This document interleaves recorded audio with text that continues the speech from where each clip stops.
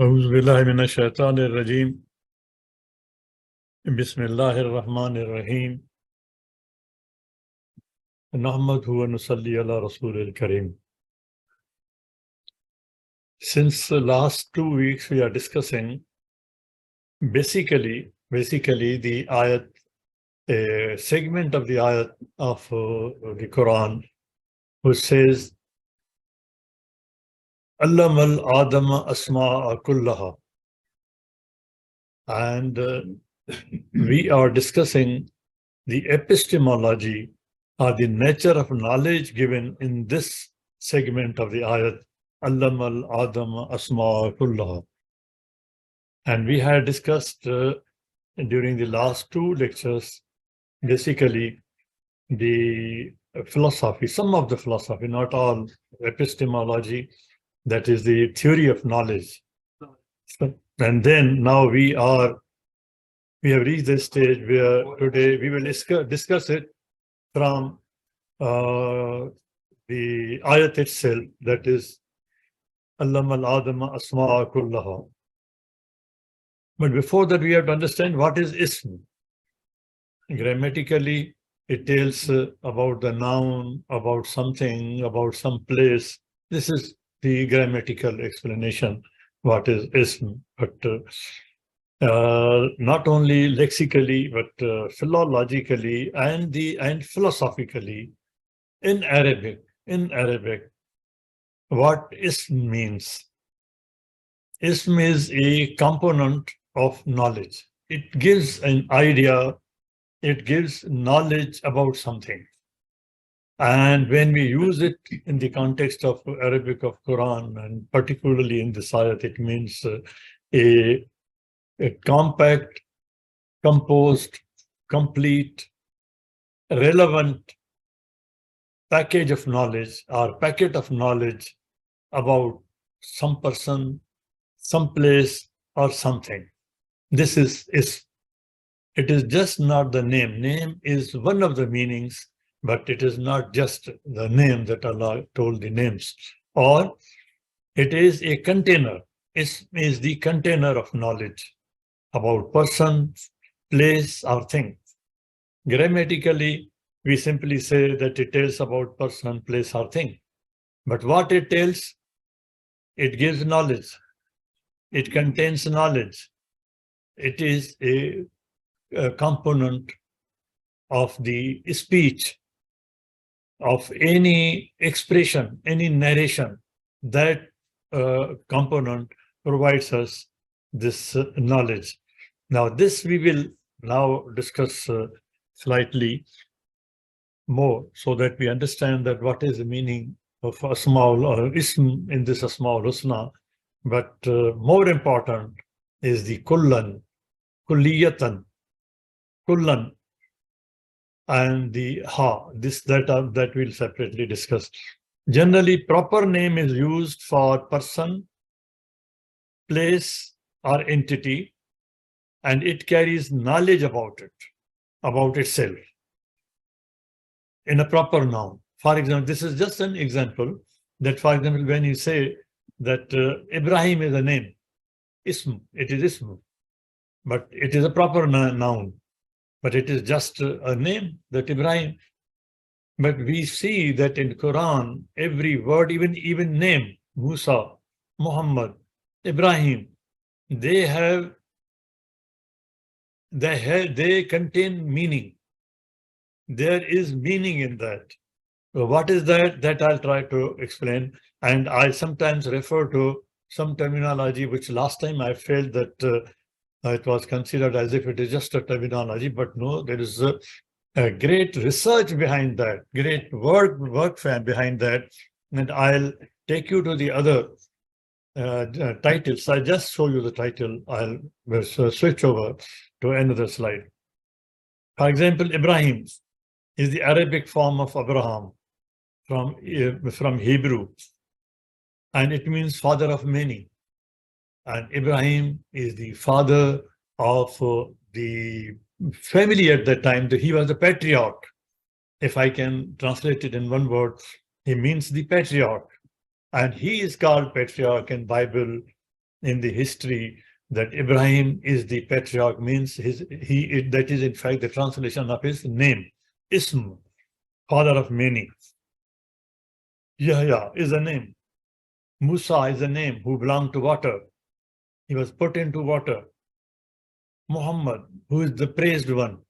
So they have a meaning in Quran. It's not without a meaning. Judi, mountain. Judi, the place which is abundant in water, which is fit for human consumption and fit for consumption of animal life. It's abundant in water. There is abundant rain. There is abundant herbage.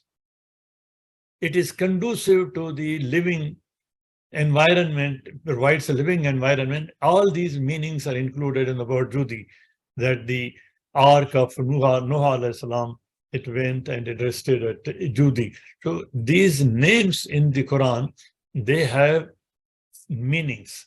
Ism, they have packet of knowledge, they have package of knowledge. That is called, they have two aspects. There are different aspects, but I'm out of those. There are many. I'm only discussing here too. Onomastics, it is the history and origin of proper name. If you take onomastics of Ibrahim, it has a history. And if you take the metonymy, it defines the attributes of the pronoun.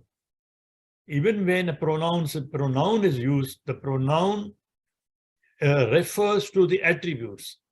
For example, I'll explain this with reference to how, and whom. This question was raised in a lecture before the last. So that I will explain separately. But here I take you to another, although I have definitions here, explanations here, but I'll not take you into these details here.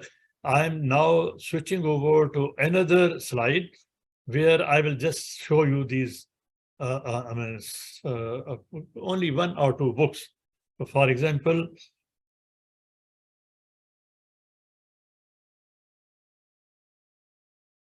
it's not an ordinary science. It is very important. You will see that people have done so much work in this. For example, now I'm opening the book. Its name is Onomastics. Now I'm sharing with you onomastics, and then it will be clear to you that what does it mean.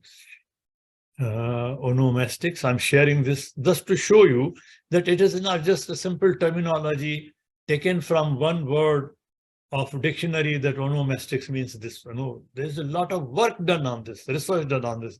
For example, this is the name of the book, the Onomastics in Onomastic Miracle in the Quran. And then it is written by Rauf Abu Sida. Who was he? He was the translator of Arabic at the United Nations. Very important position there. Not only just the interpreter or translators, but he was a translator who translated the documents, and he must be of great knowledge of, he must have great knowledge of Arabic, and that is evident from his book. And this book is 698 pages, just on the onomastics of Quran. And when I say this, some people laugh at me. Then what is this? Why are you discussing this? But if I don't know, it does not mean that I should not try to know if there is a book on that, and then I'll show you another book.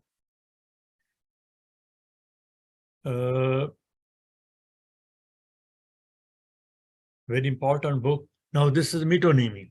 I'm showing you the book on metonymy. I'm taking you to the book on metonymy. How should I open it?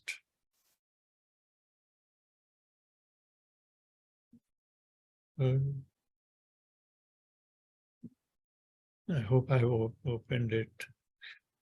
And now I'm sharing the screen with you just to show you. Now this is Onomistics, King Saud University, Higher Studies Department of English. This is the book, and it comprises 263 pages. It is in English. I'll take you to the English. Now, these are the certificates about this book. And then I just want to show you that even if small word is used, it has an importance. Now, acknowledgements. No, this is here. These are the contents of the book. Look at the contents of the book. I think these will not be visible to you because they are too small. The list of tables, formally, properly written, accepted, published, this book, and this is about the metonymy. So I close this and I take you back to another book, but I think I should not go into the rhetorics. There are so many books on rhetorics, but I'll not go into that. I have those books here. I can show you the books, but I think I'm going back to my slides for today's lecture. So now I'm repeating. What is onomestics? Onomestics is the history and origin of proper name. Every word which Allah subhanahu wa ta'ala has used, for example, we did not study the onomestics of Judi. We just said that it landed on a mountain called Judi, as if it was a name at that time. But it has a history, an origin, it has importance. And then metonymy, it defines the attributes of the pronoun, these two things, and they are included in the ism. When we say ism, ismul zamair, ism is not just ism, it has many kinds, it has many types. Ism means so many things, not just the name. Asma kullaha. Kullaha holds the key. Now, what is epistemology? Although I have referred to this somewhat in the past also, epistemology is basically the theory of knowledge. What is knowledge? We say knowledge. What is knowledge? For example, there cannot be any concept of hidayat without knowledge. It's so important. It is knowledge. Allah gave us the knowledge of Himself, His own knowledge. And that is, in fact, the kullun, the kulliyatan of all knowledge in the universe. Kulliyatan, His attributes, His ism. That also I will explain. Epistemology is the theory of knowledge. It is the branch of philosophy. It is taught in the West, in America, in Europe. In the West, it is taught at the master's level. There are PhDs, number of PhDs. There are departments, the Department of Epistemology. It is concerned with the nature of knowledge. What is the nature of knowledge? Is what I know, is that knowledge? But maybe the reality is different. That is why I say I may be wrong. I don't know. I always say that. What I know, I don't know whether it is real. So what is the nature of knowledge? What is the reality itself? That's something very important to understand. Epistemology is major subfield of philosophy. Epistemology studies what? It studies nature, origin, and scope of knowledge. Is there any scope of knowledge? For example, Prophet says that don't go into details of the essence of God. Just consider, examine the attributes of God and try to adopt them. So what is the nature, scope of knowledge which I can have? Now Allah subhanahu wa ta'ala says, I have given you ilm very little. So what is the scope for me? These are very important questions. Can I know everything? Does anyone know everything? Is it possible? What is the scope? I don't have the entire scope of knowledge. It is limited. So nature, origin, and scope of knowledge, for example, this is the subject matter of epistemology. Epistemology questions It encourages questions. Wama adraka. Do you know? Yasalunaka. Somebody has asked you a question. Reply to that and reply like this. One of the important branches of study within epistemology is the skepticism that you are encouraged to ask questions. Ibrahim alayhi salam asked a question. I want to know, in order to satisfy my heart, how you create. It's not doubt. Doubt is something different. So it encourages, epistemology encourages questions about what we know, what I know, and as I say, that as I know, I'm honestly telling you that as I try to know anything, I know that I know nothing. I know little. So what we know, all the human beings together combined, what we know till today. It has taken, for example, if you take only the recent history, 2 millennia to reach this stage of science, to reach this stage of knowledge. It did not come all at a time. And how we know it? Do we have the proper method? Particularly in our case, do we have any method rather of understanding, creating knowledge, generating knowledge, regenerating knowledge, giving it to our progeny, to the generations? Plato distinguished between what we know and what exists. In the beginning, I said reality. What I know, is it the reality on which I'm fighting? I'm declaring somebody as kafir. I refuse to listen to him or her. I belittle him because I think it is the arrogance of my ignorance that we are fighting. What we know and what exists, what is the reality? What is the reality of God? That is why Ghazali said that you don't deny anything. For example, essence of God. When Allah subhanahu wa ta'ala is speaking about his hands, about his limbs, they don't deny anything and don't realize them in the three-dimensional physical context of the world. Both these things remain in the middle. What exists? Reality. What is the reality? Islamic epistemology in the Islamic golden age was a subject, though at that time this word epistemology was not there. It is a later development in the English dictionary. But at that time, Kalam, theology, under these subjects, particularly Mutazilites, these subjects were discussed. And those who were discussing these subjects, they were declared kafir.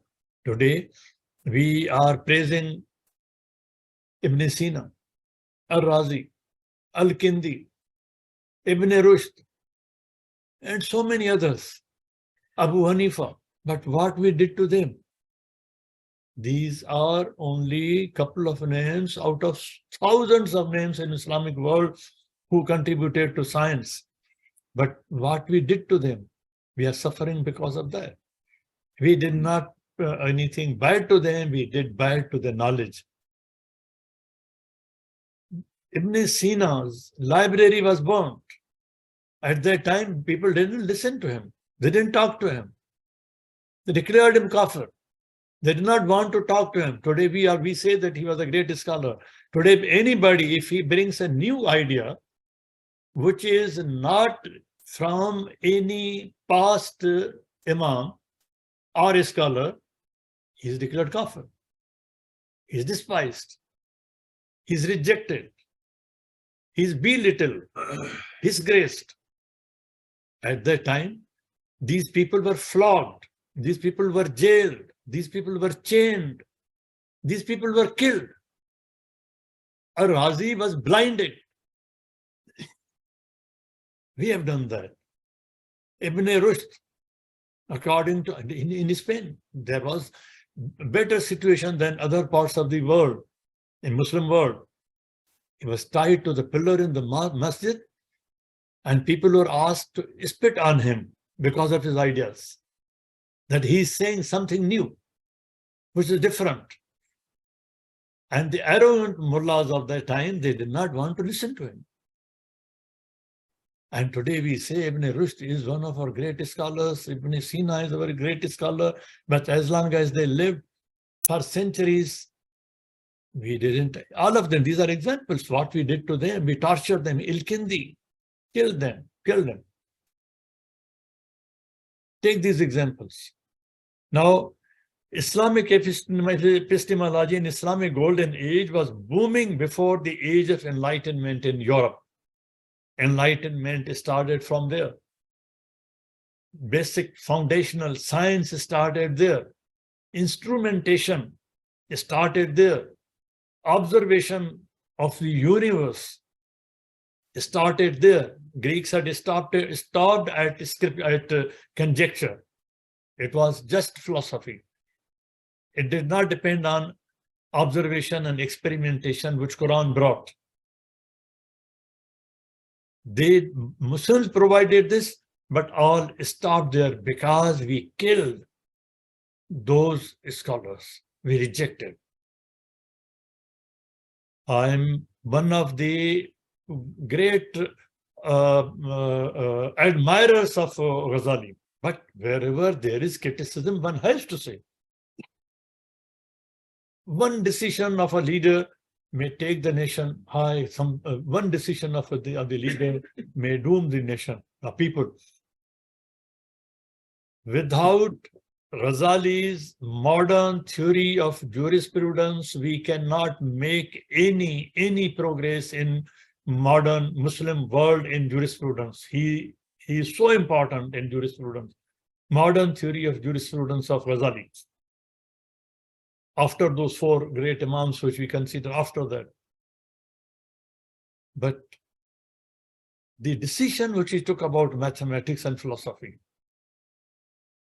because he was the head of education department in Seljuk Empire. And we are suffering still. Now our people in madrasas are not ready to introduce these subjects. Still, after so many centuries. Now, age of enlightenment. For example, Ghazali, luckily I've quoted him here. In 12th century, he said that seeking to know what we can be certain about, it is not just seeking knowledge through social media. One has to seek knowledge with utmost jahad, that is ijtihad, with utmost struggle, to know to certainty according to the available resources, according to my own resources, my own energies, whatever I can do. That is an effort to know to the extent of certainty. If I can reach that, that is a quest which continues always. At no time, at no point in time, one can say that I'm now finally certain and that's all. The research will continue. That is what is true knowledge and not just opinion. Today we discuss opinion. So and so said this, and that is final for me. Opinion. Whether is that knowledge? Is it based on knowledge?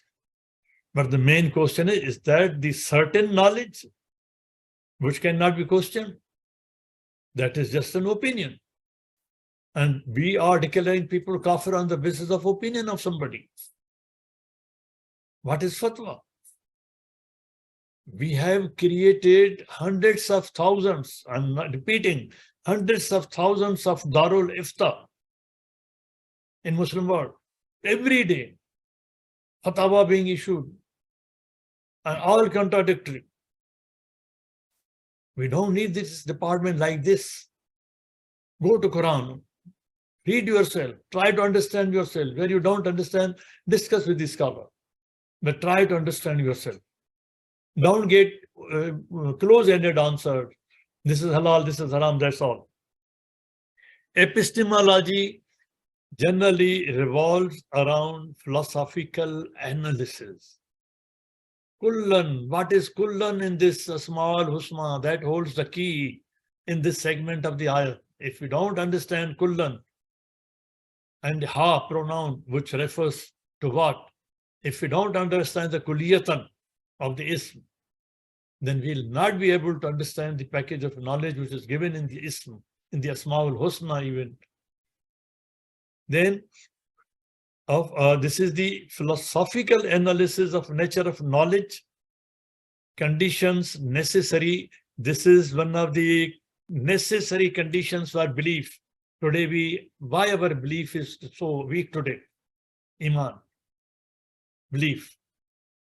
It is a necessary condition for belief to constitute truth and justification. Justified truth, justification, not without justification. Out of 23 years of the revelation, about 13 years of revelation in Mecca were all about epistemology, were all about kalam, was all about theology. Law came afterwards when migration took place in an environment where law, Islamic law, Abrahamic law, Mosaic law, it was already in practice. People knew the situation, what it could be, how it is implemented. In Mecca, it was epistemology, knowledge, nature of knowledge, theology. True, and it should be truth based on justification. And why Allah subhanahu wa ta'ala says most of the time in many surah, wal fajr wal layalin ashr wan najm, why this invitation of attention is starting with work?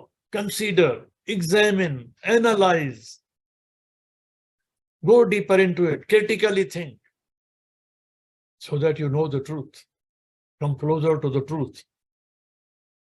What are the potential sources of knowledge for belief? As I'm again repeating, as justified belief. A Hindu says, I have a belief. Christian says, I have a belief. Jews said, we have belief. And if you don't believe in our belief, then you are not on anything. But could they justify? And the belief which we are presenting today from the graves, brother, is it justified? When I'm committing shirk, is it justified? Can I justify it? Today, most of our sects in Islam, they are not based on justified belief. We are following cults. There's a cult of an imam, cult of such and such person. We are following cults. Even the sect is now limited to the cult, and it has no justification. Belief is justified, and what is that? Allah subhanahu wa ta'ala has used these so many words there to show us. How can you justify it? Perception, idrak. Reason, aql. Retrieval, zikr. Allah subhanahu wa ta'ala is is telling us that the only condition to come to Quran is to come with open mind. Surah Muhammad. What is that? Allah subhanahu wa ta'ala has given us the faculties of basar and fawad. That I will discuss in another package when we discuss Hidayat. And I think Hidayat will take about 6 months to discuss. That is zikr. Allah subhanahu wa ta'ala has given the capability to retrieve from your own thinking. Prophet went to the cave of Hira. Why did you used to go there? He used to go for zikr. And what was that zikr? It was not the tasbih. It was not the rosary. That was zikr. Retrieve what Allah subhanahu wa ta'ala has already embedded in you. We are carrying the the most super computer of the universe with us. And testimony. When you come to this, when you go through this, then comes Shahada. You must declare that. Kul. There's a difference, as I've been saying. It's not only the lexicography or the philology or the lexicon or the epistemology of Quran that we try to understand. Even the tone matters, because Quran came not in the written form, it came in the speech form. And in speech, even the gesture matters, the tone matters. And I have been emphasizing that the tone of Kul, say, in Kul Huwallahu Ahad, in Kul Ya Ayyuhal Kafirun, Kul Ruhu Min Amri Rabbi, at all the places, the tone of Kul is not the same. We have to find out. So then when you reach that stage, then Allah subhanahu wa ta'ala says Kul. Kul means declare it, pronounce it, stand for it, take a stand, preach it, pronounce it. It's not just saying, I say Kul huwallahu ahad Allahu samad, and I repeated 3 times, I've repeated whole Quran. If I have no courage. What is enlightenment? Kant described it. Immanuel Kant described it. And that is the meaning in Kul. When you know, when you are certain, things we have discussed, when it is justified truth, then you must speak out. You must speak up. You must declare. Then you must dare to say. These were the words which he used. What is enlightenment? Somebody out, he wrote articles. What is enlightenment? The enlightenment is you dare to say. People will oppose you. They will ridicule you.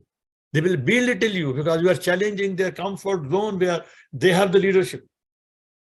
These ulama, these imams, these priests, these mullahs. Kul. Allah subhanahu wa ta'ala asked the Prophet, now go to Safa, Marwa, Unzur, tell them. And that was still a step ahead. Then the structure of body of knowledge.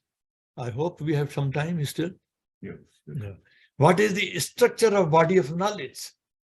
I read something somewhere in social media, on electronic media, in some book, I hear something from some book, and I say, I have got the knowledge, that's all. What is the structure of body of knowledge?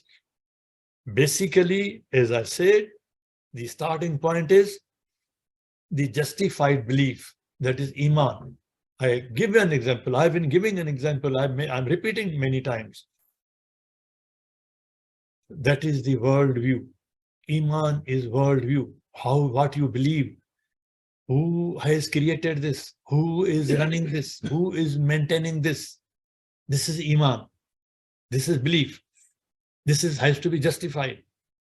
This is Iman. Worldview is the Iman. If our worldview, there's a problem with the worldview, then we don't need any Iman. We don't have any Iman. Why the habitat, Dayar, word Dayar has been used. Why the habitat of Noah was destroyed? Because all the people, they had a corrupted worldview. There was a shirk.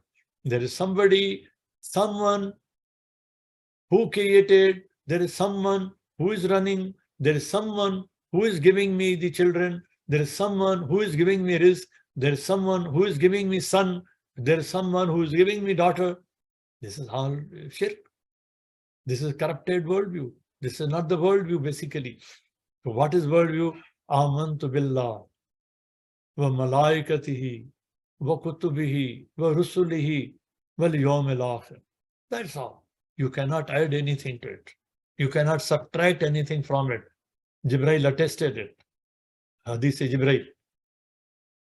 Allah designed it in a way that publicly it is testified, it is justified, it is stamped that after this no priest should come and say that now the color of my turban is the part of Iman.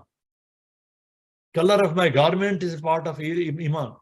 You cannot add anything to it. It is Iman. It is worldview, and it is justifiable. And you are certain about it.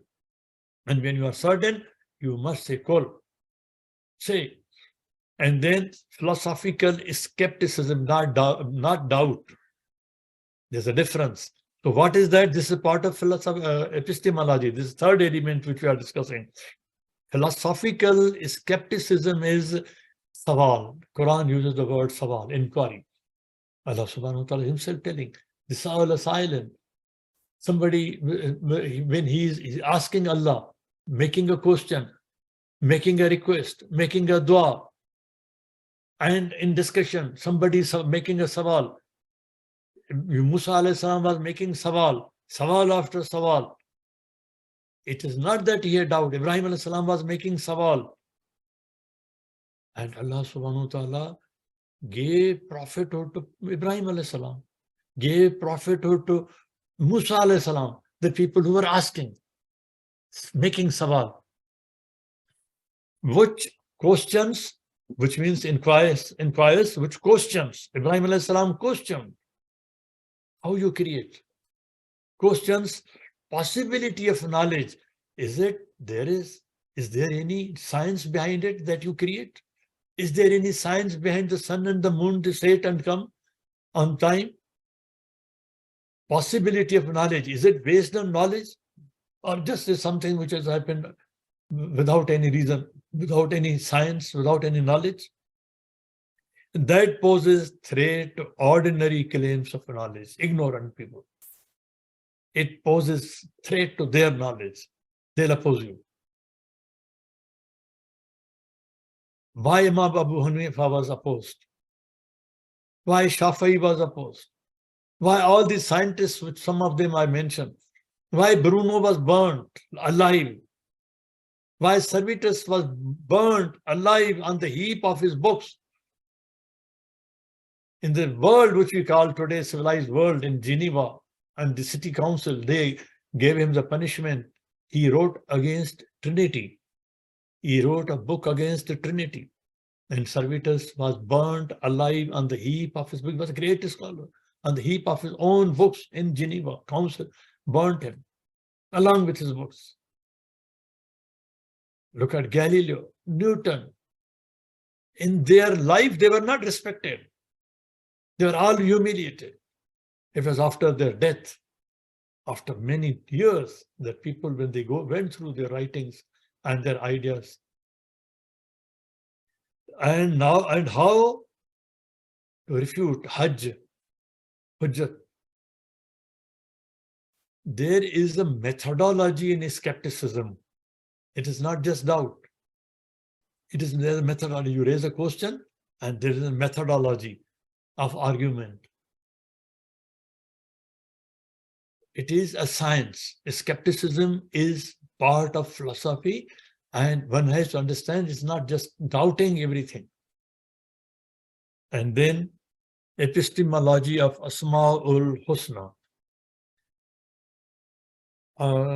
I think I've covered about 40 minutes, so I stop here. Okay. This will take longer time. Asma'ul Husna. In this, I'm just giving an idea that what we'll, inshallah, Allah willing, if Allah wants it, that what we'll discuss here, I'm just giving an idea. We will discuss Kulliyan. And then we'll also discuss some parts of this ayat. And then the Haulai and whom, these two words have been used. A question was also raised about it. Haulai and whom, these words have been used in this ayat. And after the test, when Adam alayhi salam passed the test, what had to be done? What the human beings have to do? And this is the lexicography of Kullun, because I don't know.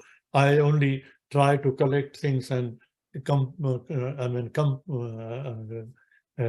compile and present before you.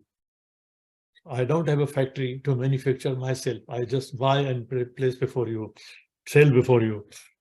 So we'll discuss, inshallah, Allah willing. This is still a very long way to go. So inshallah, We'll discuss this, Allah willing. I stop here. Subhana rabbika rabbil izzat amma yasifuna wa salamun alal mursaleen. Walhamdulillahi rabbil alameen. اللهم صل وسلم وبارك على سيدنا محمد وعلى آله وصحبه. اللهم اهدنا فيمن هديت، وعافنا فيمن عافيت، وتولنا فيمن توليت، وبارك اللهم لنا فيما أعطيت، وقنا واصرف عنا شر ما قضيت، فإنك يا ربنا تقضي بالحق ولا يقضى عليك. اللهم ادخلنا برحمتك في عبادك الصالحين. اللهم اخرجنا من ظلمات الجهل والوهم إلى أنوار العلم. اللهم علمنا ما ينفعنا، وانفعنا بما علمتنا وزدنا علما. اللهم اجعلنا ممن يستمعون القول فيتبعون أحسنه. اللهم اكفنا بحلالك عن حرامك، وبطاعتك عن معصيتك، وفضلك عن من سواك. اللهم بفضلك ورحمتك أعلي كلمة الحق والدين. اللهم انصر الإسلام وعز المسلمين يا أكرم الأكرمين. Oh Allah, spread your mercy upon us, shower us with your blessing, increase our knowledge, grant us forgiveness, and reward us with the company of the prophets in the Firdaus al-A'la. Oh Allah, forgive our parents and all our friends and relatives who have passed away. Oh Allah, make their graves garden from heaven and grant in the Firdaus al-A'la. Oh Allah, we have many of our friends and relatives who are sick. Oh Allah, we have our son Ma'raj and our daughter Aisha Wani and many others. Oh Allah, grant all of them full and speedy recovery. Oh Allah, guide our children, protect them and make them righteous. Oh Allah, we ask you with every name you have elected for yourself that none of us leave this gathering, but his pains have been relieved, his worries have been removed, his debts have been paid, his weaknesses have been concealed, his sins have been forgiven, and his needs have been fulfilled. سبحان الله وبحمده عدد خلقه ورضا نفسه وزنة عرشه ومداد كلماته. سبحان الله وبحمده عدد خلقه ورضا نفسه وزنة عرشه ومداد كلماته.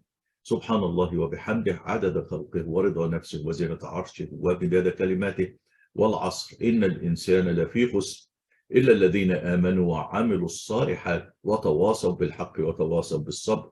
وآخر دعوانا أن الحمد لله رب العالمين، والصلاة والسلام على خير المرسلين. اللهم صل وسلم وبارك على سيدنا محمد وعلى آله وصحبه، والسلام عليكم ورحمة الله وبركاته.